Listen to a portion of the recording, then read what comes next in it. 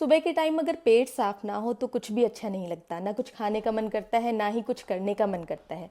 Fresh होने के लिए रोज सुबह आप खूब सारा पानी पीते हैं, वॉक करते हैं, मलासन में बैठते हैं, उसके बाद भी ठीक से प्रेशर ही नहीं आता या फिर 2-2 3-3 घंटे लग जाते हैं। कई बार लैट्रिन बहुत ज़्यादा टाइट आती है जिससे फिर दर्द भी होने लगता है। आपने तरह तरह की दवाइयाँ ले ली, चूरन ले लिए, सब कुछ करके देख लिया, लेकिन फिर भी ये समस्या जाने का नाम ही नहीं ले रही। इस समस्या को महीनों से, अब साल तक हो चुके, लेकिन ये ठीक नहीं हो रही क्योंकि अभी तक आपने इस समस्या को समझकर इसके रूट कॉज पर काम नहीं किया। तो आज की इस वीडियो में मैं आपको बताऊंगी जो कॉन्स्टिपेशन है उसके पीछे का कारण क्या होता है, किस तरीके से आप अपनी डाइट और लाइफस्टाइल में कुछ ऐसे इम्पॉर्टेंट बदलाव कर सकते हैं जिससे कि ये समस्या जड़ से ख़त्म हो जाएगी और आपको दवाइयों या फिर चूर्णों पर डिपेंड होने की ज़रूरत नहीं पड़ेगी। तो चलिए स्टार्ट करते हैं आज की video. Thanks to all beautiful eyes watching my channel. मैं डॉक्टर वंदना स्वागत करती हूँ आपका मेरे अपने चैनल में जिसका नाम है डॉक्टर वंदनास आयु लैब। तो आज हम बात कर रहे हैं कॉन्स्टिपेशन की। कॉन्स्टिपेशन यानी कब्ज की जो समस्या है आज के टाइम में एक बहुत ही कॉमन समस्या बन गई है। लोग सालों साल इस परेशानी से जूझते रहते हैं और इसका कोई भी सॉल्यूशन निकल कर नहीं आता। कभी आपने सोचा है कि कॉन्स्टिपेशन की समस्या दो तरह की होती है। एक तो वो जिसमें लैट्रिन बहुत ही ज़्यादा टाइट आती है, आपको बहुत प्रेशर लगाना पड़ता है, और दूसरी वो जिसमें आपको प्रेशर फील ही नहीं होता। प्रेशर बनाने के लिए ही आप खूब सारा पानी पीते हैं, वॉक करते हैं, उकड़ू बैठते हैं, फिर भी प्रेशर नहीं बनता। या तो आपको अर्ज महसूस नहीं होती या फिर प्रेशर फील होता भी है, आप फ्रेश होने जाते भी हो तो आपको पूरी संतुष्टि नहीं होती। ऐसा लगता है कि पेट ठीक से साफ नहीं हुआ। चलिए अब समझते हैं कि कब्ज की समस्या के कारण कौन कौन से हैं। आयुर्वेद के हिसाब से वात की दुष्टि यानी वात दोष का इम्बैलेंस हो जाना कब्ज की समस्या के पीछे कारण है, क्योंकि हमारे शरीर के अंदर जितनी भी मूवमेंट्स होती हैं सभी का रिलेशन वात दोष से होता है। इसीलिए वात की दुष्टि के कारण हमारे गट के अंदर भोजन की जो नीचे की तरफ मूवमेंट होती है, भोजन का जो नीचे सरकना होता है वो प्रॉपर तरीके से नहीं हो पाता, जिससे क्या होता है कि भोजन काफ़ी टाइम के लिए गट में पड़ा रहता है और वहाँ से सारा मॉइस्चर सोख लिया जाता है। सारा मॉइस्चर सोखा जाने के कारण वो हार्ड हो जाता है और हमें टाइट लैट्रिन की समस्या होती है। अब फिर से इसे आयुर्वेद की भाषा में समझें तो वात का गुण है रुक्षता यानी कि ड्राइनेस। तो भोजन में जब चिकनाहट की कमी हो जाती है, ड्राइनेस बढ़ जाता है, उसके कारण वात दोष प्रकोपित हो जाता है। तो अगर हम अपने भोजन में प्रॉपर स्नेह वाली चीज़ें यानी चिकनाई वाली चीज़ें नहीं खा रहे या फिर पानी प्रॉपर नहीं ले रहे हैं, जिसके कारण जो हमारा भोजन है वो ड्राई रहता है नेचर में, तो इससे भी वात दोष प्रकोपित होता है और कॉन्स्टिपेशन की समस्या होती है। यानी जो टाइट लैट्रिन की समस्या आती है उसके पीछे कौन कौन से कारण हैं। पहला कारण है भोजन के अंदर स्नेह यानी चिकनाई की कमी होना, बिल्कुल ही रूखा सूखा खाना खाना, जैसे कि आजकल लोग जीरो ऑयल वाला खाना खा रहे हैं। दूसरा कारण है लो फाइबर इंटेक यानी फाइबर आपने बहुत ही कम ले रखा है। तीसरा कारण है पानी की कमी यानी आपके शरीर में ऑलरेडी पानी की कमी है, पहले से ही डिहाइड्रेशन है, ऐसे केस में भी टाइट लैट्रिन की समस्या आती है। चौथा कारण है जहाँ पे न्यूरोलॉजिकल कारण होते हैं, जिसके कारण जो आपके गट की मूवमेंट है वो अपने आप ही स्लो हो जाती है। न्यूरोलॉजिकल कारण यानी कि नसों से संबंधित समस्या। जिन लोगों को दिमाग की या फिर नसों से संबंधित कोई बीमारी है, ऐसे लोगों के अंदर ये कंडीशन देखी जाती है। अब कब्ज के दूसरे टाइप की बात करेंगे जिसके अंदर टाइट लैट्रिन तो नहीं आती लेकिन प्रेशर ही फील नहीं होता। आयुर्वेद के हिसाब से इस तरह की कंडीशन में भी वात दोष की दृष्टि होती है। खासकर अपान वायु जो कि हमारे पेट में होता है वो दूषित हो जाता है, इम्बैलेंस हो जाता है। अपान वायु हमारे पेट के अंदर होता है जो कि मल को नीचे की तरफ सरकाने का काम करता है। इसके अलावा जो मूत्र है उसका विसर्जन करवाने में, जो महिलाओं को पीरियड्स आते हैं उसको निकालने में हेल्प करता है। तो अगर अपान वायु की दृष्टि हो जाती है तो इन सारी चीज़ों में समस्या आती है। इनमें से एक चीज़ में या फिर हो सकता है कि आपको सारी ही चीज़ों में समस्या आने लगे। तो महिलाओं के अंदर देखा जाता है कि जिनको कब्ज की शिकायत रहती है और लंबा चलता है तो उनको पीरियड्स रिलेटेड प्रॉब्लम भी आने लग जाती हैं। तो इसमें होता क्या है, प्रेशर क्यों नहीं फील होता? क्योंकि सेंसेशन नहीं होती है। सेंसेशन ना होने का क्या कारण हो सकता है? सबसे बड़ा कारण होता है मानसिक कारण। खासकर उन लोगों के अंदर ये कारण मिलता है जिनको कि पाइल्स की समस्या हो, फिशर की समस्या हो। ऐसे में क्या होता है कि उनके दिमाग में ये बात बैठी होती है कि अगर हम प्रेशर लगाएंगे तो हमें दर्द होगा। इस कारण से वो प्रेशर लगाने से डरते हैं। धीरे धीरे ये एक हैबिट बन जाती है, यानी मानसिक कारण में बदल जाती है। दूसरा, उन लोगों के अंदर जो कि बहुत ज़्यादा लग्जेटिव्स का इस्तेमाल करते हैं, यानी पेट साफ करने के लिए सालों से या फिर महीनों से चूर्ण लिए जा रहे हैं या फिर कोई और दवाई ले रहे हैं, किसी तरह का सिरप ले रहे हैं, ऐसे लोगों में भी क्या होता है कि उनके दिमाग को एक सिग्नल मिल जाता है कि जब मैं ये दवाई लूँगा या लूँगी तभी मेरा पेट साफ होगा, अदरवाइज मेरा पेट साफ नहीं होगा। तो ऐसे केस में भी अपने आप से प्रेशर आना बंद हो जाता है। दूसरा कारण है कि हो सकता है वाकई कोई बीमारी हो जिसके कारण ये प्रॉब्लम आ रही हो, जैसे कि संरचना में कोई प्रॉब्लम हो, चोट लगी हुई हो, या फिर बहुत लंबे समय तक एंटीबायोटिक्स का सेवन करने के कारण जो हमारे गट में गुड बैक्टीरिया और बैड बैक्टीरिया होते हैं उनका इम्बैलेंस हो गया हो। आज के टाइम में कब्ज की शिकायत में मानसिक कारण सबसे बड़ा कारण है। अब काफ़ी लोगों को आईबीएस की समस्या है जिसमें उन्हें कब्ज की शिकायत होती है, तो इसमें भी मानसिक कारण ही इन्वॉल्व होता है। तो अब हमने कारणों की बात कर ली, अब इसका सॉल्यूशन क्या है? परमानेंट सॉल्यूशन, और ऐसा सॉल्यूशन जिसमें हमें दवाइयों पे डिपेंड ना होना पड़े।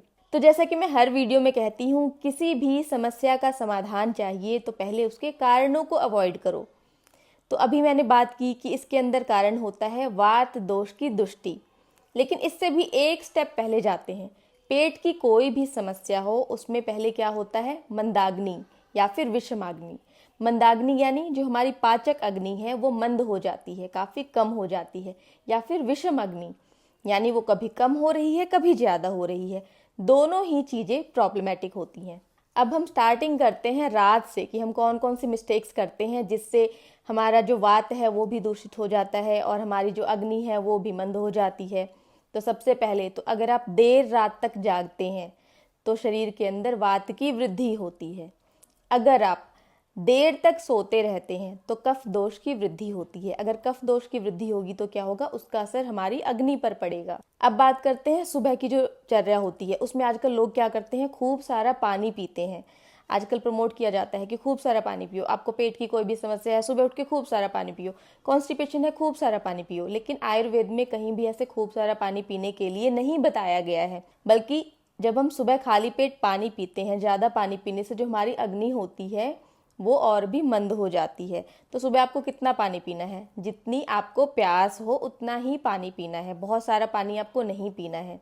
जो आप प्रेशर बनाने के लिए पानी पीते हो ना, ये भी एक मानसिक कारण बन जाता है। आपके दिमाग को सिग्नल जाता है कि मैं इतना सारा पानी पीऊँ तो ही मुझे प्रेशर आएगा, लेकिन इसका लॉन्ग टर्म में बुरा इफेक्ट देखने के लिए आता है। बिल्कुल ही रूखा सूखा खाना आपको नहीं खाना है। आपको अपने खाने में देसी घी या फिर कोकोनट ऑयल, इस तरह की चीज़ें, या फिर और भी कोई ऑयल हो जैसे कि सरसों का तेल है, तिल तेल है, इनका समावेश आप अपनी प्रकृति के हिसाब से कर सकते हैं।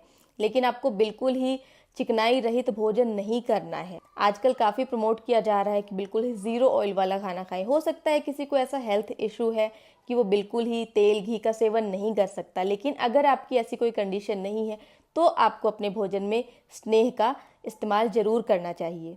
कुछ भोजन ऐसे होते हैं जो अपनी प्रकृति से ही, नेचर से ही हमारे शरीर में वात दोष की वृद्धि करते हैं, वात बढ़ाते हैं, जैसे कि चना है, राजमा है, या फिर जितनी भी दालें हैं। दालें भी सारी की सारी वात बढ़ाती हैं। इसीलिए ट्रेडिशनली जब हम दाल बनाते हैं तो दाल को प्रॉपर पकाया जाता है, उसमें तेल या घी का छौंक लगाया जाता है ताकि वो शरीर में जाकर वात को ना बढ़ाए। इसके अलावा जितनी भी हरी पत्तेदार सब्जियां हैं वो भी हमारे शरीर के अंदर वात बढ़ाती हैं। तो फाइबर इंटेक के लिए काफ़ी लोग सैलेड खाते हैं, तो आपको सैलेड नहीं खाना है। एक तो जो फाइबर है वो लिमिट में होना चाहिए। अगर बिल्कुल ही कम फाइबर अच्छा नहीं तो बहुत सारा फाइबर भी आपके लिए अच्छा नहीं है। तो कोई भी चीज़ लिमिट में लेने पर ही हमारे लिए फ़ायदेमंद होती है। दूसरा, कच्ची सब्जियां या कच्चे सलाद का ज़्यादा इस्तेमाल करने से भी शरीर में वात दोष बढ़ता है। तो आप प्रॉपर तरीके से पकाकर उसके अंदर तेल या घी का छौंक लगाकर ही खाएं। अब बात करते हैं एक्सरसाइज की। आजकल लोग अपनी हेल्थ का बहुत ज़्यादा ध्यान रखते हैं, खूब एक्सरसाइज करते हैं, अच्छी बात है, लेकिन मिस्टेक ये है कि वो अपनी प्रकृति और बल के अनुसार नहीं करते, जिससे कि आगे चलकर समस्याएं आती हैं। जैसे कि जिनकी वात प्रकृति है उन्हें हमेशा ही लो इंटेंसिटी वर्कआउट करना चाहिए। ज़्यादा एक्सरसाइज करने से उनके शरीर में वात और बढ़ेगा, जिससे उन्हें पेट की समस्या तो आ ही सकती है, आगे चलकर जॉइंट्स रिलेटेड प्रॉब्लम भी सामने आने लगती हैं। अब आते हैं पित्त प्रकृति वाले लोग, तो इन्हें भी मीडियम एक्सरसाइज करनी चाहिए, और कफ प्रकृति वाले लोगों को ज़्यादा एक्सरसाइज करने की ज़रूरत होती है। लेकिन आपको कैसे पता चलेगा कि कितनी एक्सरसाइज करें और इससे जो वात दोष है बढ़ रहा है या नहीं बढ़ रहा? तो आपकी प्रकृति कोई भी हो, आपको अपना बल देखकर चलना है। यानी एकदम से बहुत ज़्यादा एक्सरसाइज नहीं करनी है, आपको इतने से स्टार्ट करना है कि आपके शरीर में दर्द ना हो। जैसा कि लोग जिम जाते हैं और पहले दिन इतना वर्कआउट करते हैं कि पूरे शरीर में दर्द होता है, यानी कि वात दूषित हो गया। तो आपको इस बात का ध्यान रखना है, धीरे धीरे करके उसको बढ़ाना है। तो आपको इतनी एक्सरसाइज नहीं करनी कि आपकी सांस चढ़ जाए, सांस फूलने लग जाए। अब आपको एक्सरसाइज भी करनी है और डर है कि उससे वात भी बढ़ सकता है। तो इसका क्या सॉल्यूशन है? इसका बड़ा ही आसान सा सॉल्यूशन है, वो है अभ्यंगा, यानी पूरे शरीर पर तेल की मालिश करना। अगर आपने कभी ध्यान दिया हो तो पुराने टाइम में जो पहलवान होते थे वो अपने पूरे शरीर पर तेल लगा कर रखते थे। इसका कारण यही है कि वो तेल उनके शरीर में वात दोष को बढ़ने से रोकता था। तो आपको भी अपने पूरे शरीर पर तेल की मालिश करनी चाहिए। अगर पूरे शरीर पर तेल की मालिश कर पाना पॉसिबल नहीं हो रहा है तो भी रोज रात को अपने पैरों की मसाज करके जरूर सोएं। तो दिन में आपको मसाज कब करना है? दिन में आप नहाने के आधा घंटे पहले मसाज कर सकते हैं। मसाज के लिए तेल कौन सा लेना है? तो वैसे तो आप कोई भी तेल ले सकते हैं, लेकिन तिल तेल जो है वो अच्छा रहता है। तिल तेल वात का शमन करता है। इसके अलावा नाभि पर तेल लगाने से भी आपको फायदा मिलेगा। अब बात करते हैं मानसिक कारण की, क्योंकि आज के टाइम में ये सबसे ज़्यादा कॉमन हो गया है। अब कुछ लोगों को नींद ना आने की समस्या होती है, या फिर नींद आती भी है तो अच्छी नींद नहीं आती। तो ऐसे में आप योग निद्रा ट्राई कर सकते हैं। अगर आप यूट्यूब पर सर्च करेंगे तो गुरुदेव श्री श्री रविशंकर की योग निद्रा की वीडियोज़ आपको हिंदी और इंग्लिश दोनों ही लैंग्वेज में मिल जाएंगी। तो आपको बस वीडियो चलानी है और जो इंस्ट्रक्शंस गुरुदेव देंगे वो फॉलो करने हैं, तो आपको प्रॉपर नींद आ जाएगी। इसके अलावा आप प्राणायाम भी कर सकते हैं। एक और तरीका बताऊं जिससे पक्का नींद आ जाती है, वो है स्टडी। तो अगर आपको नींद नहीं आ रही तो अपना मोबाइल साइड में रख दें और कोई भी किताब लेकर ज्ञान वाली किताब पढ़ना स्टार्ट कर दें। तो ज्ञान ऐसी चीज़ है ना, उससे तुरंत ही नींद आ जाती है। बोर होने लगते हैं ना हम, तो आप ये भी ट्राई कर सकते हैं। इसके अलावा वेगों का धारण नहीं करना चाहिए, इससे भी कॉन्स्टिपेशन की समस्या हो सकती है। वेग धारण यानी किसी भी प्रकार की जो अर्ज है उसको सप्रेस नहीं करना चाहिए। जैसे आपको लैटरिन आ रही है तो उसको नहीं रोक कर बैठना चाहिए, बाथरूम आ रहा है उसको नहीं रोकना चाहिए, छींक आ रही है, खांसी आ रही है, या फिर शुक्र का वेग है, इन सभी को भी धारण नहीं करना चाहिए। तो जैसा कि मैंने बताया कि हमें घी या तेल का सेवन करना चाहिए, तो कॉन्स्टिपेशन की समस्या में स्नेह पान का बहुत फायदा होता है। स्नेह पान यानी जो घी या तेल है उसको पीना है आपको।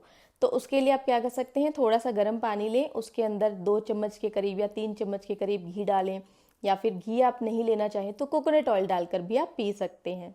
इसके अलावा आपको अपने भोजन में भी घी या तेल जरूर शामिल करना है। तो इससे हमारे मल के अंदर जो है वो स्निग्धता आएगी, चिकनाई आएगी और वो नीचे आसानी से सरक पाएगा। इसके अलावा कुछ ऐसी चीज़ें हैं जिनका नेचर ऐसा होता है कि वो माइल्ड लग्जेटिव की तरह काम करती हैं, जैसे कि दूध। तो काफ़ी लोगों को गर्म दूध रात को लेने से ही पेट साफ हो जाता है। अब जिन लोगों को लैक्टोज इंटॉलरेंस है वो ना सेवन करें। इसके अलावा काले मुनक्के, जो काले मुनक्के हैं वो भी माइल्ड लग्जेटिव का काम करते हैं, यानी वो आपके पेट को साफ करते हैं, इस तरीके से साफ करते हैं कि आपको कोई भी डिस्कम्फर्ट फील नहीं होता, दर्द नहीं होता। तो आप 10 से 20 मुनक्के अपने हिसाब से रात भर पानी में भिगो कर रखें। भिगोने से पहले उन्हें अच्छे से वॉश कर लें, ठीक है। रात को 1 कटोरी पानी में भिगो कर रखें, सुबह आपको वो मुनक्के भी खाने हैं और वो पानी भी पीना है। तो इससे बड़ी ही आसानी से पेट साफ होता है बिना किसी परेशानी के। इसके अलावा जिन लोगों को बहुत ही ज़्यादा टाइट लैट्रिन की समस्या है, वो अगर दूध के अंदर गुलकंद मिलाकर उसका सेवन करते हैं तो उससे भी फायदा मिलता है। तो दूध में गुलकंद कैसे लेना है? दूध आपको अपने हिसाब से लेना है, आधा ग्लास या फिर 1 ग्लास जितना आप पीना चाहें।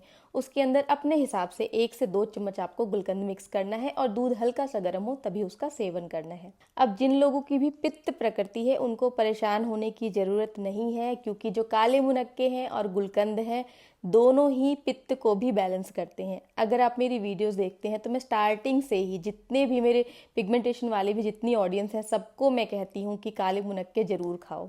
इसके अलावा कुछ ऐसे आसन हैं जो कि कॉन्स्टिपेशन रिलीव करने में हेल्प करते हैं, जैसे कि पवन मुक्त आसन है, इससे जो गैस है वो भी आसानी से पास होती है। इसके अलावा मलासन है, मलासन में बैठने से भी जो प्रेशर है वो फील होने लगता है। लेकिन फिर आखिरी में मैं आपसे यही कहना चाहूँगी कि आप अपनी डाइट और लाइफस्टाइल में बदलाव लाएं, जिससे आपको किसी भी तरह के नुस्खों पे डिपेंड होने की ज़रूरत ना पड़े, खासकर आपको किसी भी तरीके की मेडिसिन पर डिपेंड होने की तो ज़रूरत बिल्कुल भी ना पड़े। आगे चलकर मैं गट हेल्थ पर भी वीडियो लेके आऊँगी, डिटेल में बताऊँगी कि हमें कौन कौन सी लापरवाही नहीं करनी चाहिए जिससे जो हमारी अग्नि है वो मंद हो जाए। और अगर हमें मंदाग्नि की प्रॉब्लम हो जाती है, यानी कि हमारा डाइजेशन जो है वो बहुत वीक हो जाता है, हमारी पाचन शक्ति लो हो जाती है, तो उसके लिए हम क्या उपाय कर सकते हैं। वीडियो देखने के लिए बहुत बहुत धन्यवाद। वीडियो अच्छी लगी हो तो लाइक कर दें। ऐसी ही और वीडियोस के लिए चैनल पर बने रहें और सब्सक्राइब जरूर कर दें। Stay healthy and keep glowing.